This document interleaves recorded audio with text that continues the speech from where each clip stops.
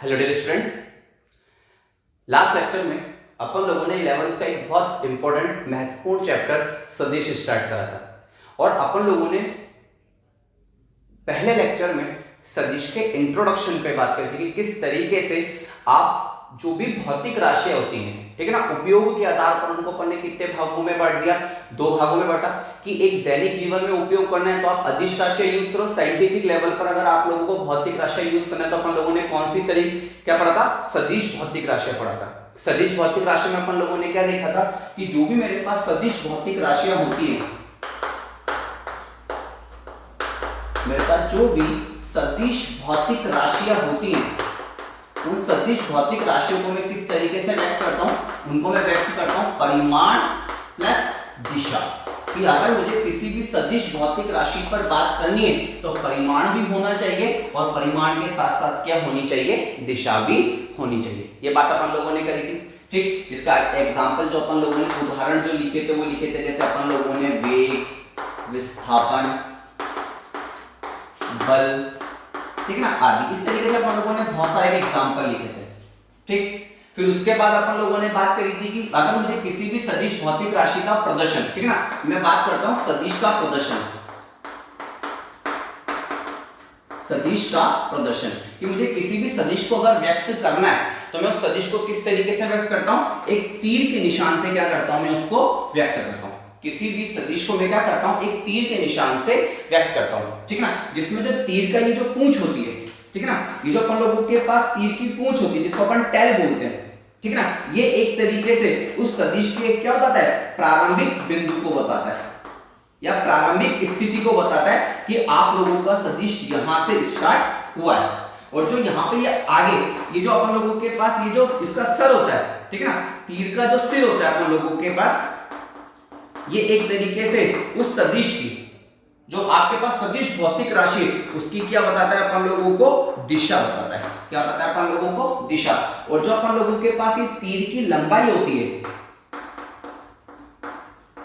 तीर की ये जो लंबाई होती है, ये एक तरीके से क्या बताती है, परिमाण को बताती है। किसको बताती है, परिमाण को बताती है। आई बात में। तो अपन लोगों ने देखा था कि अगर मुझे किसी सदिश को व्यक्त करना है तो एक तीर के निशान से व्यक्त कर सकता हूं, जिसमें जो तीर की पूंछ होगी वो तो प्रारंभिक स्थिति को बताएगी, ठीक है ना, लंबाई होगी वो परिमाण को बताएगी और जो आगे का सर होगा वो किसको बताएगा, एक तरीके से दिशा को बताएगा, ठीक। इसका एक एग्जांपल जैसे मैंने आप लोगों को बताया था कि जैसे सपोज अपन को जो दिशा, अपन को नॉर्मल लाइफ में जो दिशा पता होती है ना, वो कौन सी पता होती है, उत्तर दक्षिण पूर्व पश्चिम पता होती है, ईस्ट वेस्ट नॉर्थ साउथ, ठीक। इसका एक एग्जांपल अपन ले लेते हैं, जैसे कि सपोज मेरे पास कोई भी एक ए वेक्टर है, ठीक है ना, 10 न्यूटन, कोई भी ए सदिश है, ठीक है ना, ए सदिश 10 न्यूटन और इसमें दिशा लगा दी अपन लोगों ने ईस्ट। और कोई भी मेरे पास एक सदिश बी है जिसमें अपन लोगों ने मान लेते हैं कि 5 न्यूटन और इसकी दिशा भी अपन लोगों ने कितनी लिख दी, ईस्ट। तो मेरे को किसी भी भौतिक राशि को अगर व्यक्त करना है, ठीक, तो देखो परिमाण भी हो गया साथ में दिशा भी होगी, परिमाण भी हो गया साथ में दिशा भी होगी। तो मेरे को किसी भी भौतिक राशि को अगर व्यक्त करना है तो परिमाण तो होने ही चाहिए, साथ में दिशा भी होनी चाहिए, लेकिन अब इसको अपन को क्या करना है, व्यक्त करना है। ये तो लिखा हुआ है लेकिन मेरे को इसको सदिश के रूप में व्यक्त करना है, सदिश के रूप में प्रदर्शन करना है। तो देखना आप लोग, अपन मान लेते हैं कि दोनों की प्रारंभिक स्थिति एक ही जगह से स्टार्ट करें दोनों, ठीक। तो आप 10 न्यूटन ईस्ट, अब ईस्ट किधर की तरफ होता है, पूर्व किधर की तरफ है, इधर की तरफ है कि नहीं। तो देखना आप लोग, ये 10 न्यूटन ईस्ट, तो मैं यहाँ पे ये मेरे पास ए वेक्टर हो गया और ये ए वेक्टर क्या हो गया, 10 न्यूटन परिमाण का हो गया, ठीक। इसी तरीके से मेरे पास क्या बी वेक्टर इधर की तरफ हो जाएगा ये, लेकिन अब इसका परिमाण कितना है, 5 मीटर, तो छोटा तीर लेना पड़ेगा कि नहीं लेना पड़ेगा। और ये मेरे पास हो गया बी वेक्टर और इसको मैं कैसे लिखूंगा, 5 मीटर। लेकिन क्या मुझे यहाँ पर ईस्ट लिखने की जरूरत है क्या, नहीं है। क्यों, क्योंकि मैंने दिशा व्यक्त कर दी। देखो ये इधर की तरफ जा रहा है और एक बार जो फिक्स कर दिया अपन ने, अगर ये सदिश है और एक बार मैंने फिक्स कर दी कि इसको इधर ही जाना है, तो ये अनंत समय के लिए हमेशा इसी दिशा में क्या करता जाएगा, गति करेगा, कभी भी अपनी दिशा को चेंज खुद नहीं करेगा जब तक अपन इसको कोई बाह्य बल ना लगाए। ये इसी दिशा में चलता रहेगा हमेशा, तभी तो सदिश है, एक निश्चित दिशा में चलने के लिए।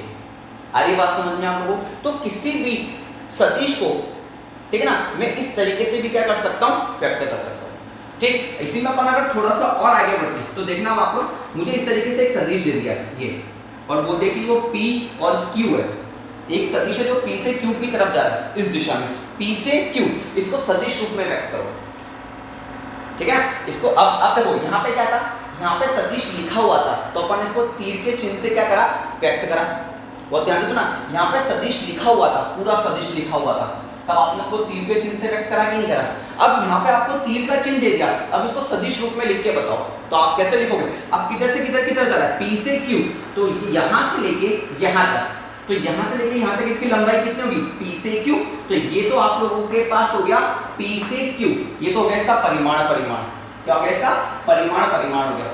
लेकिन ये केवल ऐसे लिख दूंगा तो सदिश थोड़ी ना बनेगा, ठीक। अब मेरे को इसको सदिश रूप में व्यक्त करना है, तो मैं क्या करूंगा, PQ और इसके ऊपर इस तरीके से एक एरो का साइन लगा दूंगा, तीर का चिन्ह लगा दूंगा। अब हो गया PQ सदिश, PQ सदिश। आई बात में। इसी तरीके से देखना, अगर मैं यहाँ पे इसको लिख देता हूँ और ये लिख देता हूँ AB, इसको सदिश रूप में व्यक्त करो, कैसे करोगे, तो अब आप कैसे लिखोगे इसको आप लोग लिखोगे AB सदिश।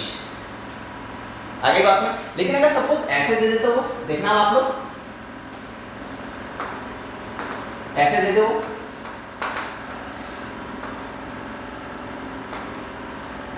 सदिश रूप में लिखो। अब इधर जा रहा है, इधर, तो किधर से किधर की तरफ जा रहा है, S से R की तरफ जा रहा है। किधर से किधर की तरफ जा रहा है, S से R। यहाँ पे P से Q इसलिए PQ, A से B इसलिए AB। अभी किधर से रहा, S से R, तो इसको क्या लिखेंगे अपन, SR।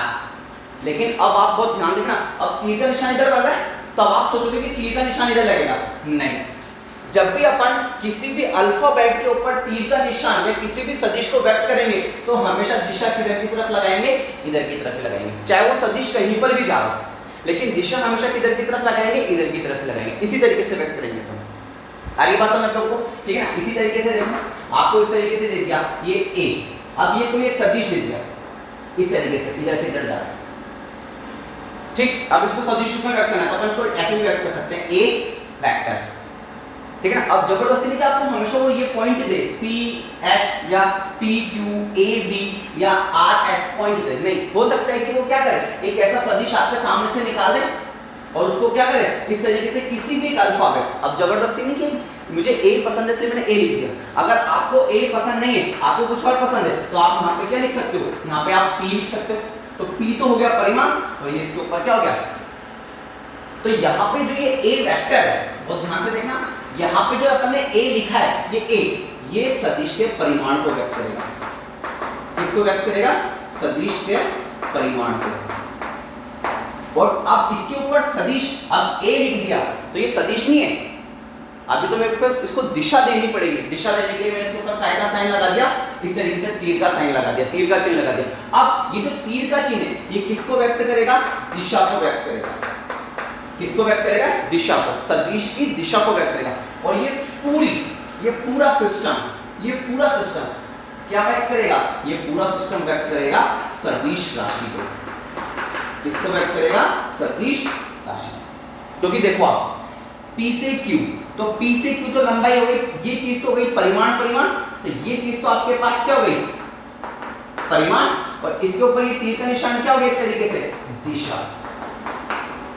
आगे बस में A से B तो क्या हो गया आपके पास, परिमाण, और इसके ऊपर ये जो तीर का निशान लगा हुआ है, ये क्या हो गया, एक तरीके से दिशा। तो जब भी अपन किसी सदिश को व्यक्त करेंगे तो उसको लगा कि नहीं मैं बार-बार में क्या P Q A B S R क्यों लिख रहा हूं, मैंने तो एक तीर का निशान बना दिया और लिख दिया A। लेकिन अब ये सदिश व्यक्त करना है, मुझे बताना है कि ये सदिश है, तो मेरे को इसके ऊपर काय का साइन लगाना पड़ेगा, ठीक। अब जैसे मैंने लिख दिया B, क्या ये सदिश है, क्या नहीं, ये सदिश। ये सदिश कब होगा, जब मैं इसके ऊपर किसका साइन लगा दूंगा, तीर का साइन लगा दूंगा। अब ये सदिश है मेरे पास, अरे बात समझ लो। अब ये मेरे पास ये पूरा मिलके ये क्या बन गया, सदिश राशि बन गई।